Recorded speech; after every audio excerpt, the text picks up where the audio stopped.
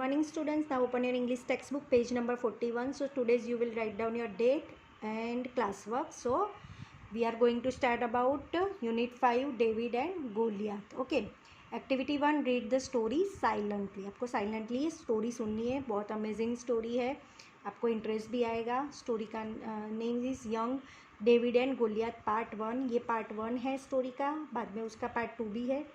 So there lived a young boy name David long time ago. मतलब David नाम का एक लड़का है जो एक छोटे से मतलब गांव में रहता है. वो बहुत सालों पहले की बात है, तो बहुत टाइम पहले की यहाँ पे बात है. वो रहता है, उसका नाम है David. He had 3 older brothers and they were all soldiers in the king's army. मतलब उसके बड़े भाई है, 3 हैं, और वो सोल्जर है और वो किंग्स की आर्मी में है. David also wanted to be a soldier but his father wanted him to stay at home and look after his sheep. मतलब वो भी सोल्जर बनना चाहता है, आर्मी में जॉइंट होना चाहता है किंग्स की आर्मी में, बट उसके फादर ने उसको मना कर दिया कि आपके 3 ब्रदर्स ऑलरेडी किंग्स के आर्मी में जुड़े हुए हैं, तो तू अकेला ये शीप का ध्यान कौन रखेगा, तो तू घर पे रहे और ये शीप की देखभाल कर. मतलब शीप भेड़ बकरियाँ होते हैं जो शीप होते हैं, उसका तू उसकी देखभाल कर. ओके, तो everyday David use to take father sheeps into the hills. मतलब एवरीडे डेविड को शीप जो उसके फादर ने बोला है देखभाल करने के लिए, तो उसको लेके रोज़ एवरीडे वो हिल पे जाता है. हिल पे क्यों जाता है? जब भी उसको चराने के लिए जाते हैं ना शीप को, तो वो हिल पे उसको लेके जाता है. While the sheeps were grazing he look for flat round stones along the river bank or beside the rocks and put them in his bag. मतलब जब भी वो जो जब सीप को, ग्रेजिंग का मतलब है ना to eat grass in fields, तो वो मतलब जब भी वो सीप्स ग्रास चरते हैं, मतलब घास चारते हैं, तब वो वहाँ पे बैठा बैठा look after is the rocks. मतलब रॉक्स मतलब पत्थर जो होते हैं, स्टोन्स, वो राउंड राउंड वाले स्टोन होते हैं ना, उसको लेके वो रिवर द बैंक्स मतलब नदी में डालता जाता है और वहाँ पे बैठा रहता है. और उसमें से जो अनीदार मतलब धार वाले जो स्टोन्स होते हैं ना, बहुत धार वाले होते हैं, वो स्टोन्स को वो अपनी बैग में रख देता है, और जो गोल गोल होते हैं उसको वो रिवर में फेंक देता है.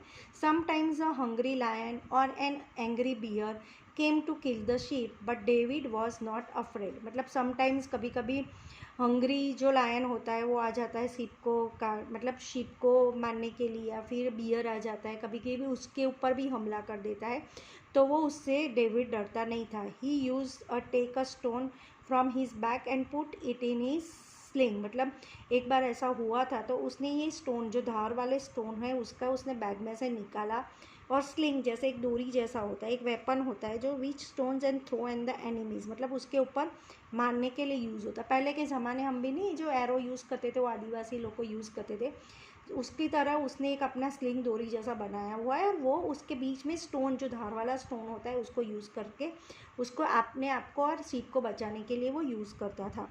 ही use to brandish the sling in a circle above the head, and the stone flew from it through the air, and it hit the wild beast between the eyes and killed it. उसने एक दिन वो lion को ऐसे उसके ऊपर छोड़ा, throw किया एयर के ऊपर से, और जैसा ही उसने बिटवीन मतलब स्लिंग के बीच में से छोड़ा, तो सीधा कहाँ पे जाके पड़ा? आइज़ में, मतलब लायन की आइज़ में जाके गिरा, और वो उसने ऐसा मतलब शूट किया, तो सीधा वो लायन वहाँ पे किल मतलब वहाँ पे मर गया.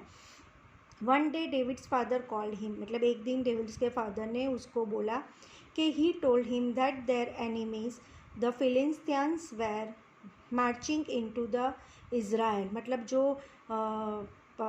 फिलिस्तीयंस लोग हैं जो है उनके, तो वो लोग जो सोल्जर है मतलब उनको जो वो वहाँ से चलते चलते इज़राइल आ गए, तो he said to leave the sheep. मतलब अभी तू शीप को छोड़ दे, go and find your brothers in the king's army. मतलब अपने भाई को ढूंढ, वहाँ आर्मी में जो आपके भाई है उनको ढूंढो.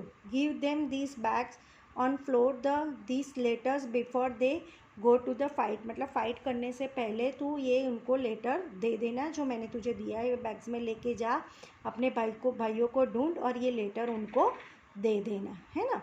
तो वो उसने यहाँ तक ये स्टोरी है. आगे की स्टोरी बाद में पार्ट 2 में आएगी.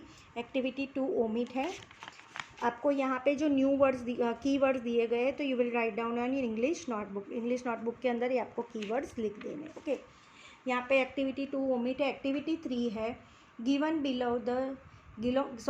Below is the story of Radha, work with a friend, find words that will meaningful fill the gaps in the story below. यहाँ पे एक स्टोरी दी गई है, राधा की है, तो यहाँ पे आपको मतलब स्टूडेंट्स को ही करना है। वर्क विथ योर फ्रेंड यहाँ पे लिखा है, पर मैं आपको एक्सप्लेन कर देती हूँ।